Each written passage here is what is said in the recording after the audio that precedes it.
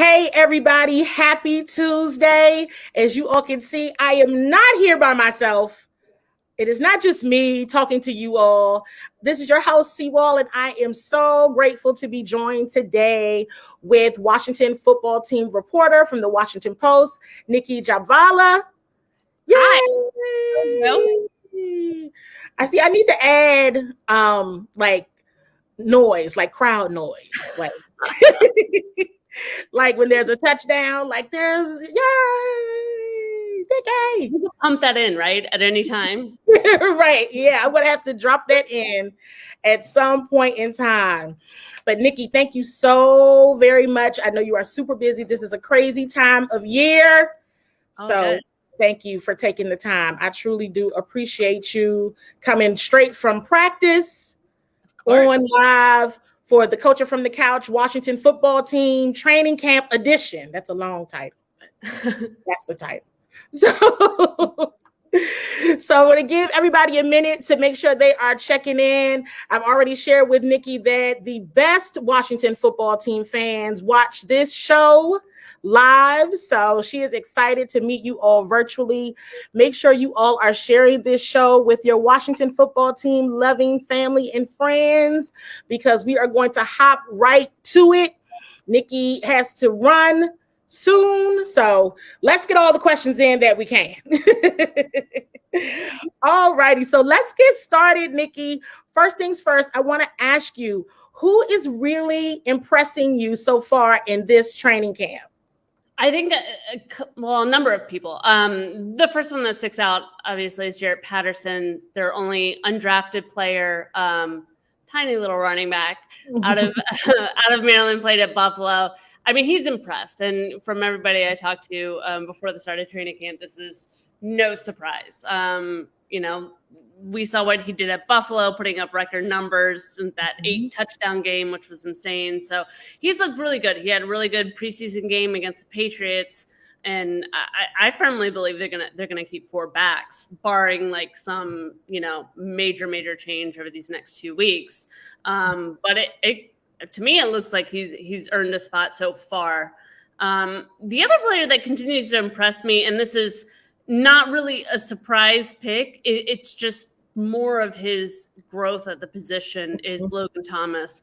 I mean, it still kind of floors me that this is a guy that came into the league as a quarterback and is as athletic enough and knows the game well enough and is smart enough to become an elite player at an entirely different position. To me, that's insane.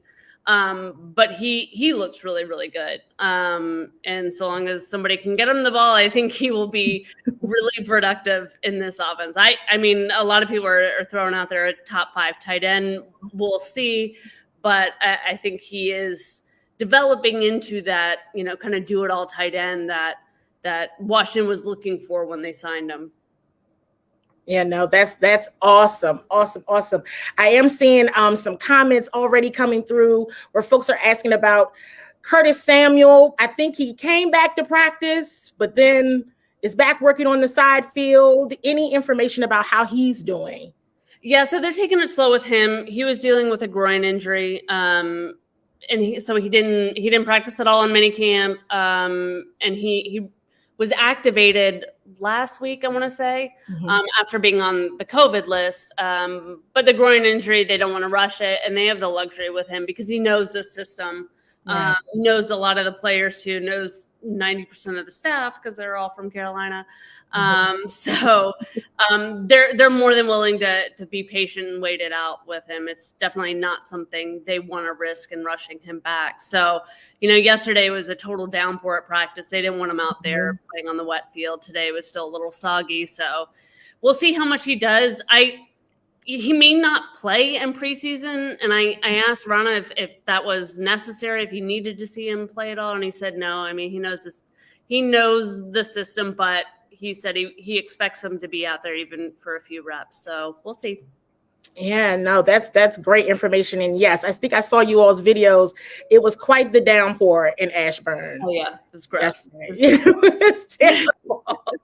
I was like, at least bring out a tarp so we can get some slip and slide out here. Right. Not happen, no. Oh, that is so funny. So last Thursday was the first preseason game in New England. Can you share some of your initial reactions from that preseason game? Both good and maybe they need a bit of work. Yeah, I think with the starters, going with the offense first, I think they showed some progress. I think you can kind of see what Fitzpatrick adds to this group. I mean, a big part of what Scott Turner's offense is being able to throw to a spot before your target is actually there. And, that comes with trust, and you got to have the right timing and, both the quarterback and the receiver knowing exactly what they need to do and where they need to be and when. And that happened. We saw that in the first completion to Terry, saw it again to Logan Thomas. So those are all promising signs. They need to finish their drives. That's still kind of an issue, and not squander opportunities. I think another, it's a concern to me, not to Ron, but the kicking operation. They brought in a new long snapper, rookie long snapper, so their timing is off, and even when it's a fraction of a second off, everything kind of goes awry. So they need to work out the kinks there, because they can't be missing 2 field goals a game. Right. I think that the starting defense, I mean, Chase Young is a freak, and I mean that in the nicest way possible. That line is going to be crazy good, I think. And they look good even without Montez Sweat in that game. He was dealing with an illness and stayed behind.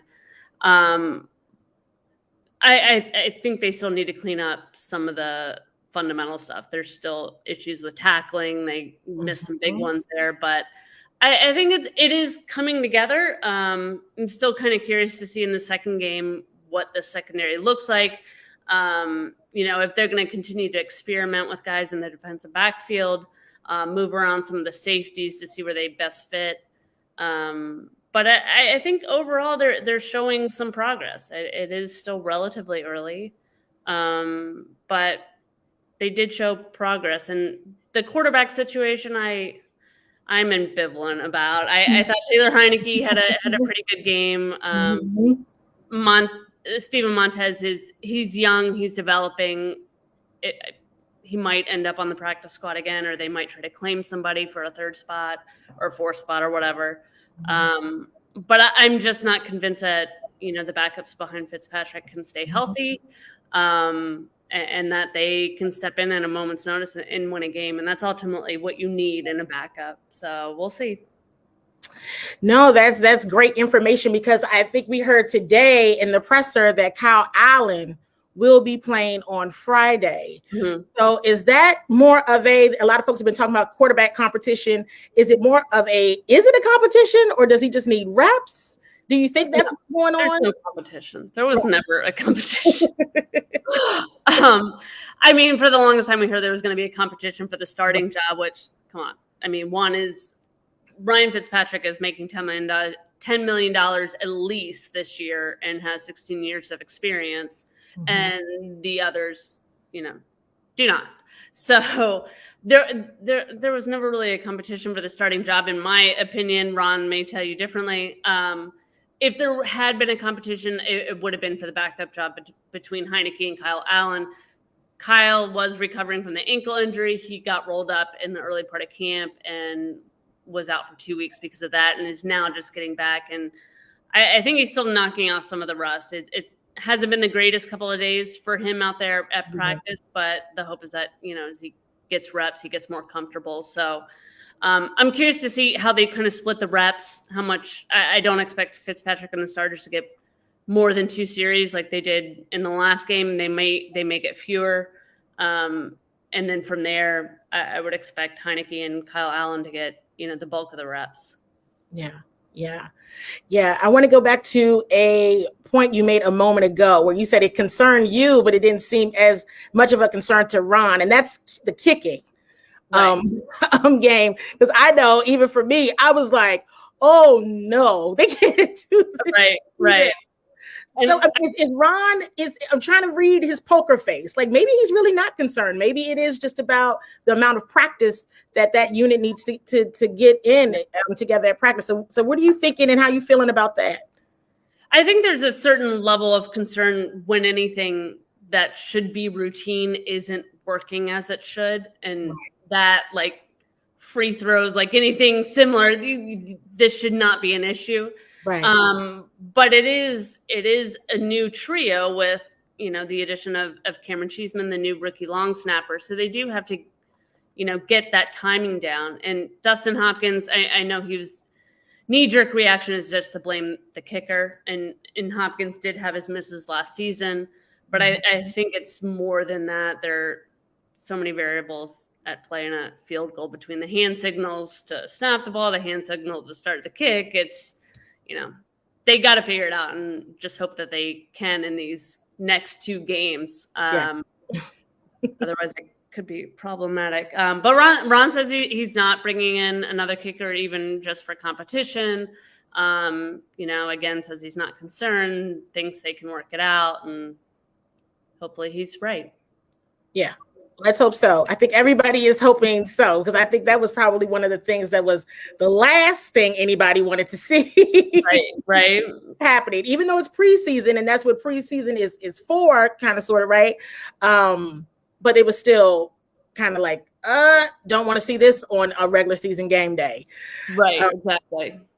So one of the comments that came through was about the cutting of Kelvin Harmon. So today, all NFL teams had to get down to 85, an 85-man roster. So they're kind of, you know, doing it in intervals, if you will, to try to cut down so it's not so much, I guess, panic or everything toward the end of preseason. But we know that the wide receiver group is a crowded group right now.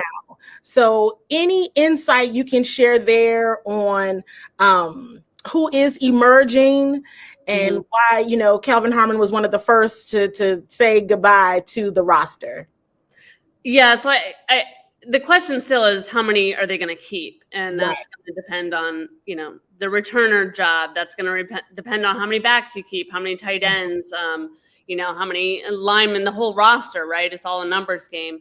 But they certainly, and it's a luxury to have, they had more talent than they can keep. So the top 5 as it appears now, and it could easily change. I mean, there are guys who have impressed over the last couple of weeks. Are clearly Terry, Curtis Samuel, De'Ami Brown. I'd say Adam Humphries, Cam Sims. Those are probably the top 5. Then you gotta think about where does DeAndre Carter, Steven Sims, are they battling for spots? Antonio Gandy-Golden, 4th-round pick, where does he fit in? And Dax Milne, a 7th-round pick, who they really like, a polished receiver. Right. You have to consider him. And then you have to consider which one of these guys, if you cut them and you want them to be on practice squad, will they clear waivers? I mean, when you cut a guy that isn't a vested veteran, there's 24 hours where another team can claim them. And if they don't, then you can re-sign them to your practice squad. But for 24 hours, they're up for grabs for other teams. So if there's a guy you really like, but are still a little unsure of for the initial 53, you gotta worry about losing them. Right. So that factors into it too. As far as Harmon, I think it was a numbers game. And unfortunately for him, he never really got a chance to really prove himself to this coaching staff. He was injured in the offseason last year. So never got, there was no preseason anyway, and then never got any time on the field, recovered, came back out, and, it's proving yourself against guys that this staff either handpicked or already knew from last year. And it's, they got to cut somebody, and he unfortunately was against some pretty terrible odds at, so. Yep. That's what it's like, everybody can't make the roster. Right. Yeah. No, it's a tough business. It really is. But, I think he'll get picked up somewhere. I mean, to have a big body receiver, he looked good out there. Those contested catches, he always does well with. So hopefully he gets picked up over the next month or so. Yeah, definitely. For sure. I know a lot of folks who are tuning in had high hopes for K Harmon. So hopefully he stands out on another team somewhere that the team doesn't have to play right on a regular basis. exactly. So I want to go back to another point that you made about preseason game 1 and what was some of the troubling around the tackling. Definitely saw several missed tackles, mostly from the linebacker position group, a couple from the defensive backs. I know there's been a lot of excitement around Benjamin St. Just. Is it St. Just or St. Just? St. Just. St. Just. I thought so. Okay. So Benjamin St. Just, as well as I hear, Landon Collins, which you can see is looking like he was never injured, but yet, John Bostic is always, complimented on his leadership skills and abilities. Yet in preseason game 1, still saw some of the nagging, missed tackle fiascos, if you will. So any insight on what may be happening there, how Coach Del Rio was working with the guys on the defensive side of the ball? Yeah, I think a lot of it comes down to communication. I mean, they got Jamin Davis, their first round rookie, working at the mic. So he's learning to be a quarterback of the defense. And you think with everything that's on his plate, I mean, not only being a rookie, a first round rookie with high expectations, but adapting to the pro speed, adapting to teammates who, some of them are more than a decade older than you. It's a different level. And then you got to know the whole defense because you're the one making the calls. And it's a lot for a rookie. Yeah. So the communication among those three, it's going to take some time to develop, and the missed tackles were things that were, they were an issue last year too. And part of it is angles and knowing your leverage. And, it's just, they got to clean it up before the start of the season. That's all there is to it. And it's not solely on them by any means. It was, on that 91-yard run at the end by the Patriots. I mean, there were a couple of them that appeared to be just whiffs. And from our vantage point, it looked like angles, but we also don't, know the calls or who was responsible there. But, they got to clean it up. These are basics, Yeah. Comments are coming in. Got to show this one where they're saying, please clean it up. Exactly. Yeah. It's pretty simple. Just clean it up. Right. It's the little things. And I think we heard that last week from Coach Rivera in his press conference where he's like, this is basic. Exactly what you're saying. We're just seeing if guys can do the little things right. So seeing missed tackles was like, oh no. Yeah. Missed tackles and missed field goals. Please don't do that during the regular season. Please. Yeah. Anytime there's like a repeat of, lingering mistakes from last year, there is like oh God, not again. Exactly. Don't do this. Exactly. Please don't do this. Please don't do this. I know there was a question that came in about the tight end group. So we know you mentioned Logan Thomas and how he's been having an impressive camp. And I think he looks great out there. And the team absolutely did the right thing in locking him in before training camp. But then it becomes, well, who is tight end 2? Right? There's Mark Hemingway, a lot of talk about Sammy's Reyes, Ricky Seals-Jones, John Bates. Any ideas or thoughts there? Top 3 in my mind, as I see it now, is Logan, John Bates. You use a draft pick on him, and it helps him, and Sammy's Reyes. Because they clearly like him. He may not be ready to play this year, but he's not going to clear waivers. So if he can continue to develop, they can use him in spurts. He did have an impact in the preseason game. But if they cut him, they're probably going to lose him. Those are my top 3. Tamark Hemingway was big on special teams, was, their number 2 tight end essentially last year. He had a pretty rough game against the Patriots, missing on that block that led to the sack on Heineke, dropped a pass, and now he's in the concussion protocol. So not sure that he'll be ready for Friday. He hasn't been out there at all. So I again, things can change over these next 2 weeks, but as of now, those are the top 3 in my mind for that room. No, yeah, I'm thinking that too. I'm a Sammy's fan too, but I think great story.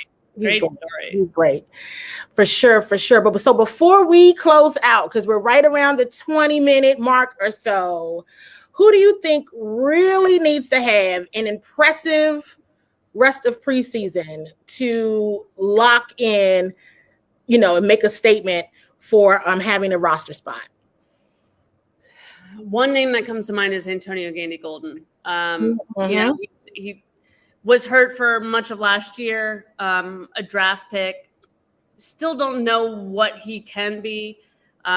Incredibly athletic, bigger receiver, but he just hasn't had a great camp. Hasn't been terrible, hasn't been great though. And in the competition for the final 1 or 2 spots at receiver, he's really got to show out to prove himself. And the same could go for Steven Sims and DeAndre Carter, the others battling for those last few spots, Dax Milne. So, that's a very competitive room back there. So I think all those guys should feel extra pressure over these next 2 preseason games to really prove themselves. Yeah. All righty. Well, we got 2 Thanks for having me. This was fun. Yay! I'm telling you. I was like, hey, listen, it's fun. I'm fun. It's cool. So we definitely have to do this again. And next time I see you, I will have to be like, okay, now I'm just going to have to interrupt Nikki while she's typing and say, hey, Nikki. Yeah, because now you know how I am with email. So yes, exactly right. Exactly right. Well, thank you so much, Nikki, and thank you all for tuning in. We'll continue to share training camp updates as we get them. Please make sure your notifications are set to the CWall Sports and Entertainment social media pages, and I will see you all on Thursday.